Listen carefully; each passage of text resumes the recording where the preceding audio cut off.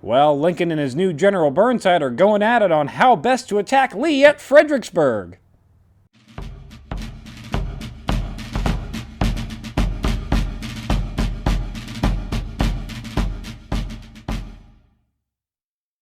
Hello and welcome to Civil War in Hindsight. I'm Lieutenant Tommy. With me, as always, is Prospector Johnny. And Prospector, another quiet week. This is a quiet month. We're just rolling on on relatively.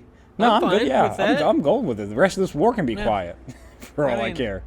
I mean, at this point, yeah, it can peter out and end, as far as I'm concerned, which is probably what's going to happen with the way things have been going, and now new leadership on the Union end. So hopefully that will spark new enthusiasm to our enthusiasm, at least something. Got to go something. Maybe they'll fight. Right?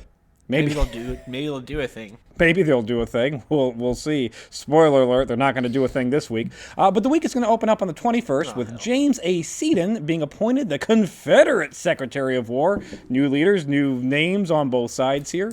Seaton was a prominent Southern lawyer, former U.S. and Confederate congressman, and wouldn't exactly be my first choice for a Secretary of War, as the dude knows nothing about military operations, as he's never participated in warfare. So, well, I mean, I suppose it would make sense that a traitor president who obviously makes bad decisions would go ahead and make a bad decision and hire a Secretary of War. I'm guessing it's a friend, it's nepotism there. Yeah, he's a prominent daughter. Yeah, he's definitely friendly with the aristocracy there down in the Confederacy.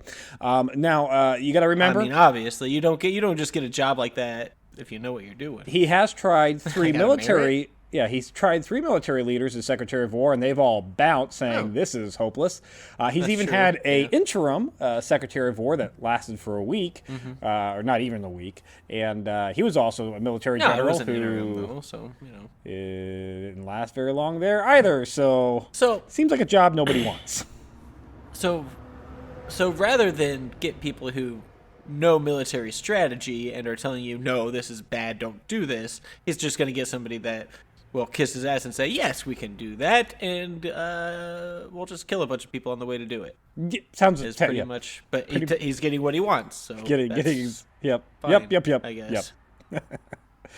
All right. Over in Fredericksburg, Burnside is called James A. Seaton. Yeah, Seaton. Yeah, James A. Seaton. Over in Fredericksburg, Burnside has called upon the mayor. Seddon.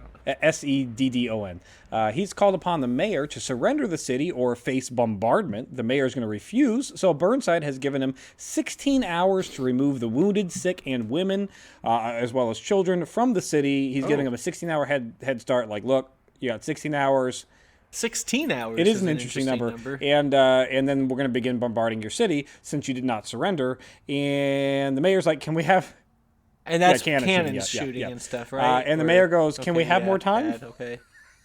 He's like, I'm 16 hours. I mean, that's fair. See, I mean, 24 hours perhaps would be more fair. 16 is an odd number, but a full day. I mean, he's got to disseminate this information to everybody, all the women and children. And the wounded and the sick, And I guess the men are not allowed to leave. They have to stay there and just get bombarded. I think it's just a general order for like 16 hours to get the hell out. Can they go too? I think the soldiers are going to stick around. On the 22nd, Johnny, I'll let you know. I'd be shaving this beard and bouncing with the women. So, keep the hair, shave the beard, put on a shawl. You're good to go. Yeah, that's right. I mean, cross-dressing wouldn't be the first time that's happened in this war. I just wanted to be like our president. On the 22nd, Jackson is moving from Winchester towards Fredericksburg, so Stonewall Jackson is now trying to link up there. So Burnside, maybe just go ahead and attack the city instead of just bombarding it. But Burnside, right now, is waiting for a way to cross the Rappahannock. He wants pontoon bridges to be built for ease of crossing his army. Despite the fact... Okay, so this is a big river. Because despite the fact that he's got deep army engineers and general soldiers going, we can walk across this Rappahannock. It's not that deep. You might get waist deep at some points, but we can definitely walk across it in parts. So why don't we just walk across it? Okay, but But cold. It's Yeah, cold, I guess. Maybe it's too chilly. Doesn't want his toesies getting cold there, so he's going to wait for some pontoon boats to be brought up. So, all right. So these now he had to send out word and to engineers getting them delivered. To get the pontoon boats delivered so they can build some pontoon bridges so that they can easily cross the Army. Delivered and built and created. So All right. That's not going to be quick. Okay, so and this is our new leader who just took over for a guy who didn't do shit. And okay, all right. Well, we're trying the same thing. So we'll see if it works this time. Starting to see a trend. Maybe it'll work this time around. There are skirmishes near Winchester where Jackson's troops have began to move out. And in a surprise move, Union Secretary of War Stanton has actually discharged nearly all the political prisoners that have been arrested up to this point. So yay, something not dictatorish from this administration finally. All those people who've been arrested for saying the war is stupid, he's now released most of them. Most of them. Not all. Now, most. Is that on account of resources? Like he didn't want to feed him anymore. We could say resources. We could say perception. We could say maybe he realized that this is probably a war crime. It's definitely against the Constitution because the citizens throwing habeas corpus right in the upset dumpster. At us. Yeah. Yeah, a little bit. Yep. So maybe I think it was trying to backtrack a little bit. Maybe forget about what we were doing here. Just you're fine. You're free to go. You will laugh about this later. We'll laugh about this later. Yep. Save face a little bit. Violation of your constitutionally given rights. There's going to be a Confederate attack at Howelltown, West Virginia. That's actually going to be driven back. Union are successful here. Confederates try to attack the city. Hey, Union push them back. Good. Yeah, great. And so nothing happens. Great. Nothing happens. There we go. No land lost, no land gained. More southern aggression, though. More southern aggression, you're right. Because that's West Virginia. That is now U.S. property. Now, it's not, that's not Confederate property. They seceded from the Confederacy, so U.S. property. Confederate aggression. Long day here, Johnny, as Union forces are going to destroy 12 salt works and several vessels in Matthews County, Virginia, on the Chesapeake Bay. So more, Union action. We're destroying some equipment, including a couple of boats. So no salt for you. It's an odd target. I'm not sure why we're attacking salt factories. Dick move. I don't know. At least let them season their damn food. Let them season their grass that they're eating. Something. I mean, really, if you're gonna be eating the mud and shit, whatever they're doing, boiling bark, you're gonna want to salt that water that you're boiling it in. Yeah, maybe a little bit. But we're being dicks. No salt for you. And the day, Johnny, is going to end with General E.V. Sumner not bombarding the city of Fredericksburg as long as the city agreed to show no hostile demonstrations, regardless of the fact that Longstreet's army is in the hills outside of Fredericksburg. We're just not going to bombard it. We're going to go backseat. So we're doing the ultimate thing that parents should not do, which is like when you tell your kid, if you do this, I'm going to do that. And then when the kid still does that bad thing, you don't follow through with your consequence. Like that's what we just did. We just taught them that. Say what you mean what you say. We just taught them that they can do whatever they want. Yeah. It's pretty much what got us into this war to begin with. I mean, but it's what we said. Don't do that, and then they did it. And then we said, okay, but don't do that, and then they did it, and we're like, okay, but don't do that. Please stop. And then here we are, right?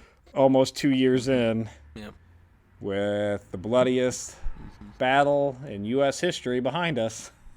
So, yep. But we have plenty to look forward to, I'm sure, with this belligerent nation continuing to pursue this fruitless war of wanting to keep slaves. People as slaves.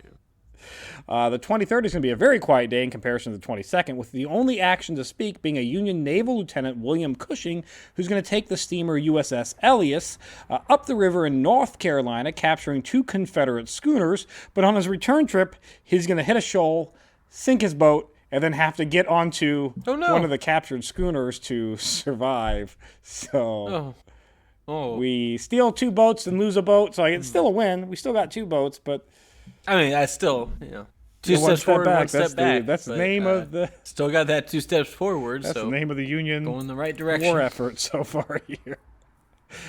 It's been 2 steps forward, 2 steps back. Yeah, really so far, yeah. It's just been. We're a step and a half back. We're making some progress, but it's like a step and a half back every year.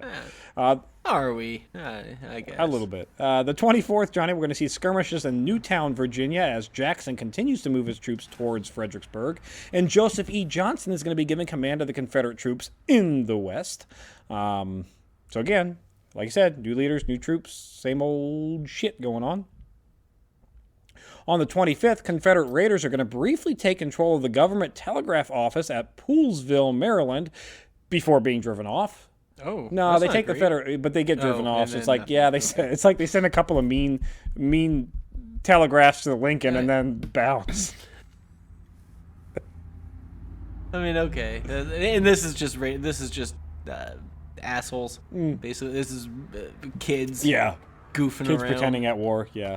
Playing a prank on the principal. Yeah, pretty much. Okay. Pretty much. Yup. Right. On the 26th, Lincoln is going to meet with Burnside at Belle Plaine to see how his plans were shaping out in Virginia, while Trader President Davis is going to be calling on his governors for more conscripts to resupply the dwindling army.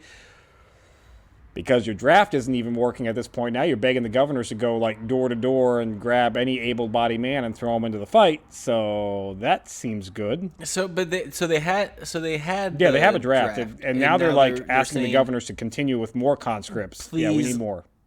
Enforce it harder. Yeah, we need more than currently. Yeah, we need more. You're enforcing it. Yeah, need more. Go ahead and grab those 38-year-old men.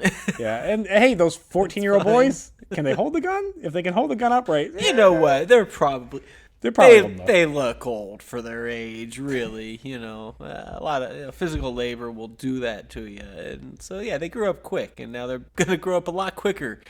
As they watch grown men die next to them. You're going to be excited about this one because he's also requesting the use of slave labor on all defensive works, requesting that the plantation owners take their slaves and now put them to work building defenses along this. I am certain that these plantation owners will have no problem with the government finally coming for them to help support the war effort that is being fought so that they can continue living as they please without any sort of concessions or consequences for their actions. Yeah, they're going to love this. They're going to be totally fine with it. Yeah, they're for it. 100%, yeah. And this week, Johnny, it's going to come to an end with Lincoln and Burnside's conference coming to an end. When President Trader Jackson gets hanged by the slave owners who it's Lincoln and Burnside. No, that doesn't happen. He didn't. He didn't. No, Lincoln and Burnside. Their meeting's going to come to an end. Burnside proposes a direct assault against Lee's forces at Fredericksburg, while Lincoln suggests adding 2 additional forces, one south of the Rappahannock and another at Pamunkey, so that they can actually have a 3-pronged attack against Lee, trap him in Fredericksburg, and then end this war altogether. Burnside says, no, I'm just going to attack him directly at Fredericksburg right now with what I have. And by right now with what I have, I mean, I'm still waiting on those pontoon bridges. So maybe next week we'll have a battle? So then why not just wait for the other troops? You're waiting for the pontoon boat, but don't want to wait for the other troop? Then we just wait. I don't know, Johnny. Burnside says I'm going to attack directly at Fredericksburg. Screw those other troops. So we'll see how it plays out next week. That's it for this week in Civil War in Hindsight. If you enjoy Civil War in Hindsight, check out Historic Hindsight. We talk about all kinds of fun things. Some of it Civil War related, like with the Great Locomotive Chase, which was more of a dude chasing very slowly after a train that was captured by Union soldiers, and non-Civil War related things like Jimmy Monroe and his presidency.